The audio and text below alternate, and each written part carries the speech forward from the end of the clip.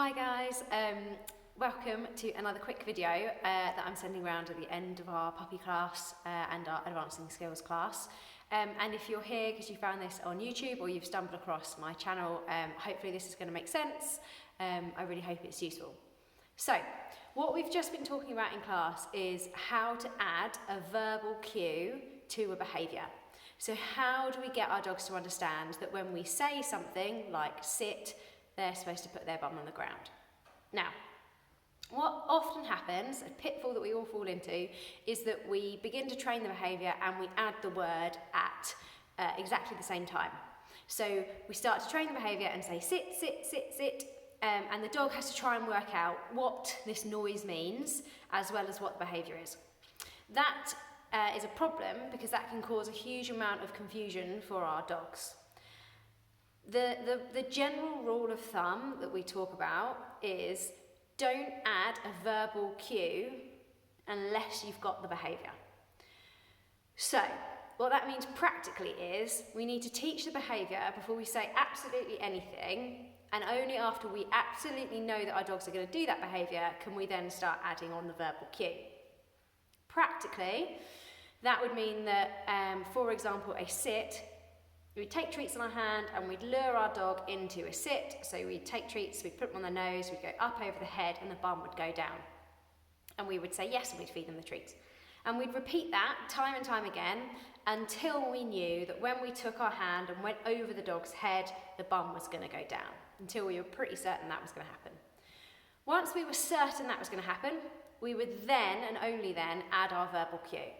So at that point, we would decide the word that we're going to use. Sit's a pretty obvious example. We would say the word and then we would lure the behaviour.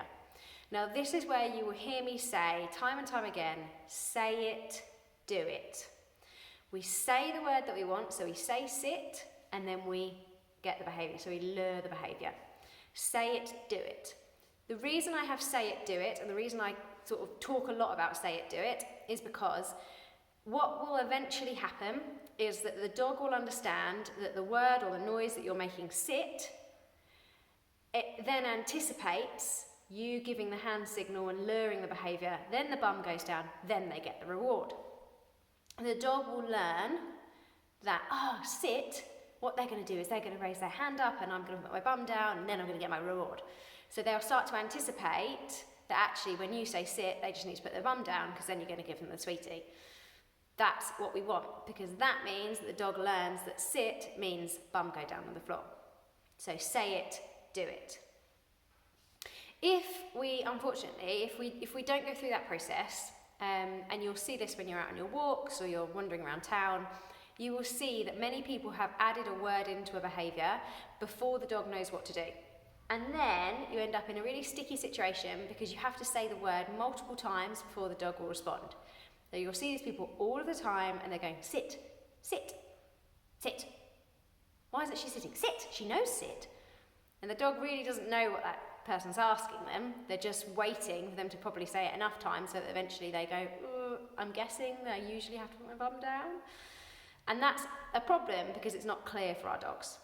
So, the key things to remember is get the behaviour first, usually by luring or some other way, luring, shaping, that type of thing. But get the behaviour first.